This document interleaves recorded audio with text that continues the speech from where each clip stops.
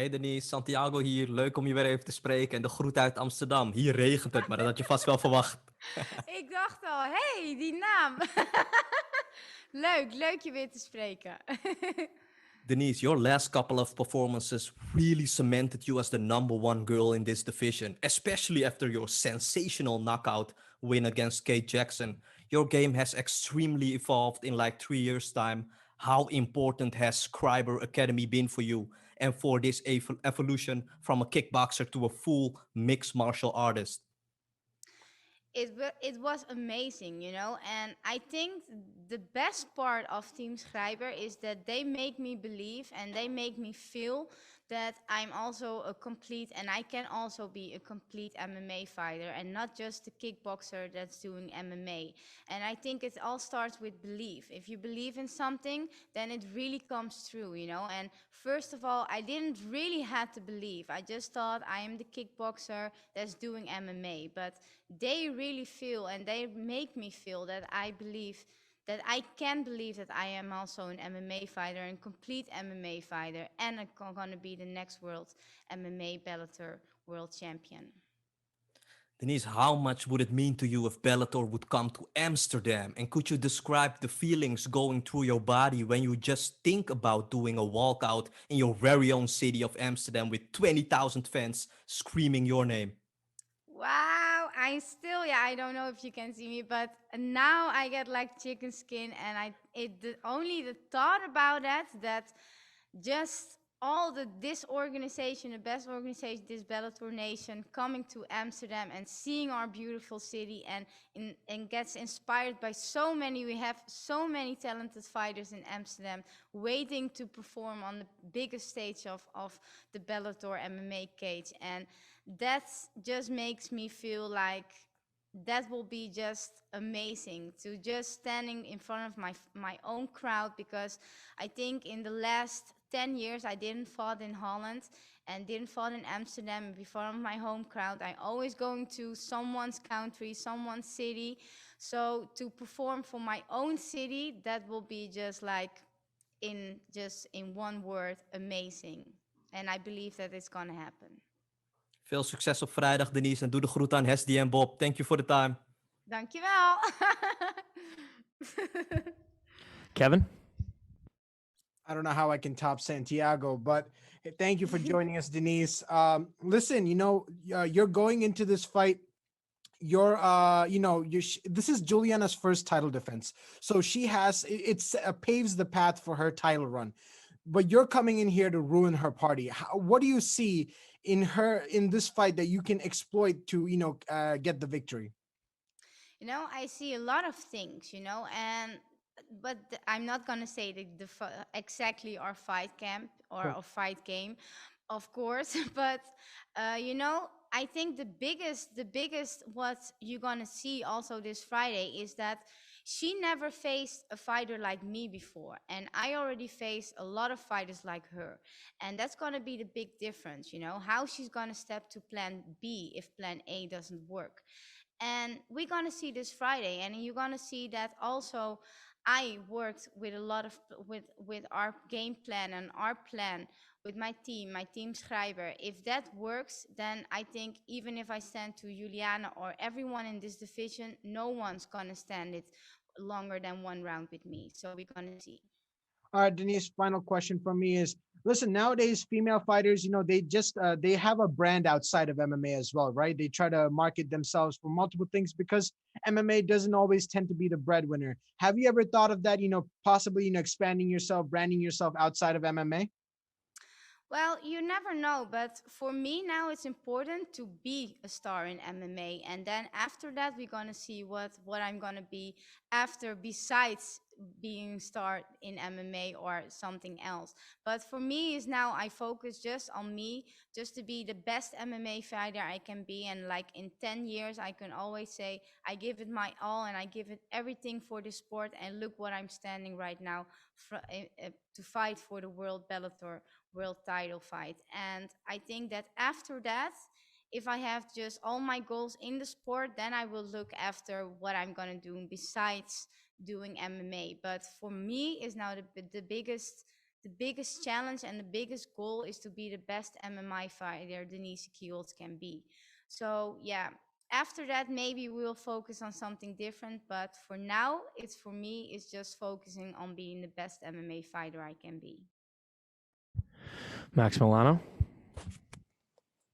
Uh, Hi Denise, how are you? Hi, I'm fine, thank you. How are you? Hi, fine. Thank After you. your last fight in the post-fight media, you told us you started in the martial arts following a dream and the importance of the dreams in your career. Right now, before the biggest fight of your career, what is the status of your dreams? Well, the status of my dreams is to becoming not only a world champion in MMA, but becoming a world champion in every discipline, you know. And I'm gonna be, if after this Friday, I'm gonna be the first female fighter who have two world title championship belts in two different sports. So I have the Bellator world champion belt at my home, or not exactly because it's in my hotel room, but and after that, I am have also the MMA Bellator World Title belt in my home. So that will be the first woman ever to be a world champion in two different disciplines in one organization. So that is legacy, and that is gonna be like for I want to inspire other girls that they also gonna be a champion in more different ways. You know, only if you follow your dreams and you work really hard, because it starts with believing, but hard work's gonna pay the bills. And hard work gonna stand, look where I'm standing right now, you know, only with hard work. And the hard work just pays off. And I think that I already had that with kickboxing, but now I'm doing also in MMA. I just want to show everyone that if you only start believing in something and if you work hard, then your dreams will come true. And look what I'm standing now, making this Friday legacy to becoming a world champion in both in two different disciplines. So that's my dream and that's my goal. Nicholas. Denise, thank you for your time. Thank you.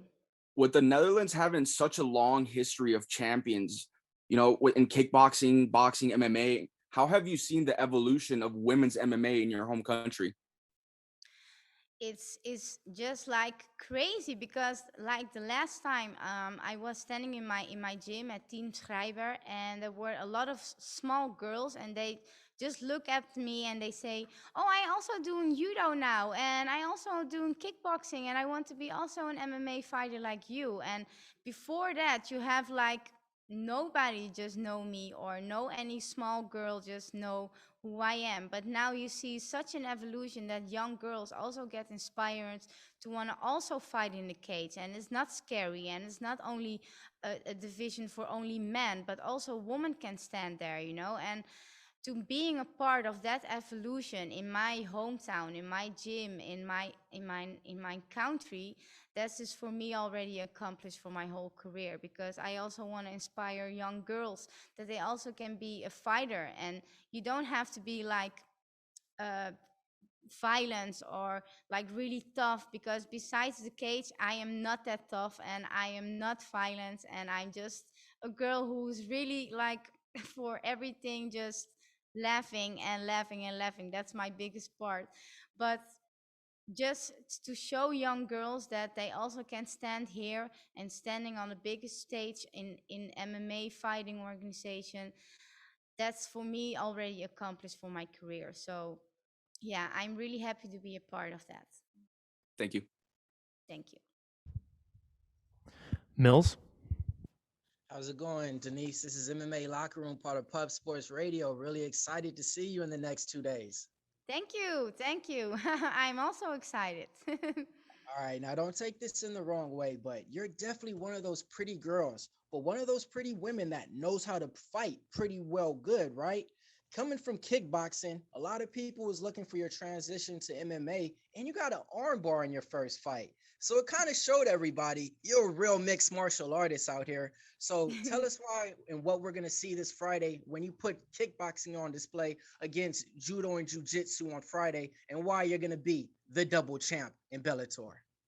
Well, if you were saying like that, I just get like my chicken skin, everything. I feel it in my bones when you're saying that to be the double champ.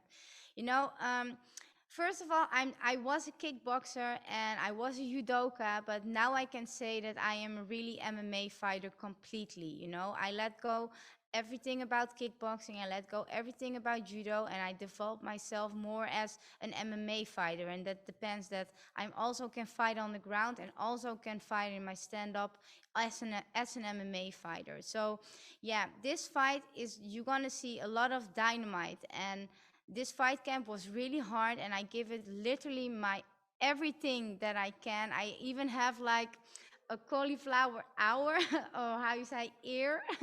So I'm now officially a MMA fighter, but to be that and all the hard work that I just put in this fight camp, that's what we're gonna see this Friday, you know? And not Denise the kickboxer or Denise the judoka, no, Denise the MMA fighter and the next Bellator world champion.